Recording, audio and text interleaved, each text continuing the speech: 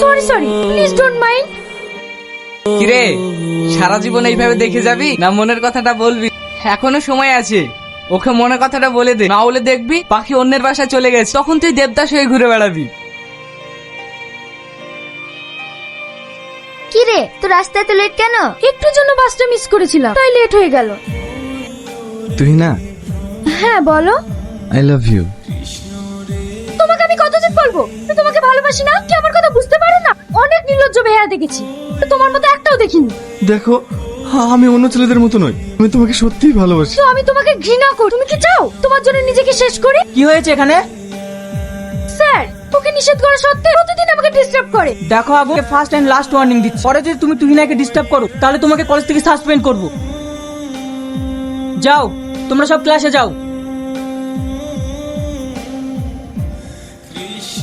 তুই আর একবার আগুনকে চড় মারলি, ওকে দেখলাম জঙ্গলের দিকে যেতে। ও যদি রাগের মাথায় কিছু একটা করে ফেলে। কি?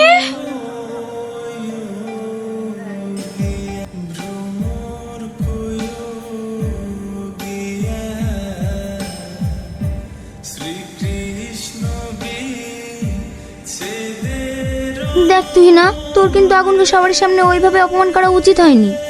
কি করবো বল, আমি ওকে অপমান করতে চাইনি, মনে মনে আমি ওকে ভালোবাসি, কিন্তু এছাড়া আমার কোনো উপায় নেই। বাড়ি থেকে আমার বিয়ে ঠিক করে ফেলেছে, আর 17 দিন পরে আমার বিয়ে।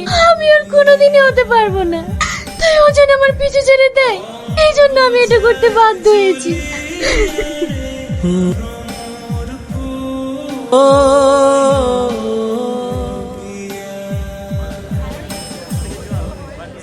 আগুন,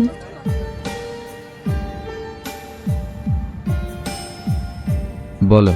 সরি, কালকে তোমার সঙ্গে ওটা করা আমার উচিত হয়নি, তাহলে তুমি আমাকে ক্ষমা করে দিও। ইটস ওকে, আমি কিছু মনে করিনি। 17 দিন পর তোমার বিয়ে না? হ্যাঁ, তবে তোমায় একটা কথা বলবো, তুমি আমায় কতটা ভালোবাসো। সেটা জানি না, তবে কখনো দেখেছো মোচক ছাড়া মৌমাছি থাকতে পারে? না। ঠিক সেরকমই আমিও তোমাকে ছাড়া থাকতে পারবো না। এতটা ভালোবাসো আমায়?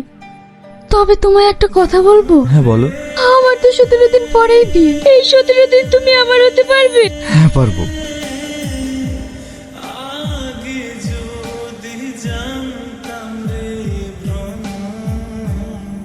চাইবারে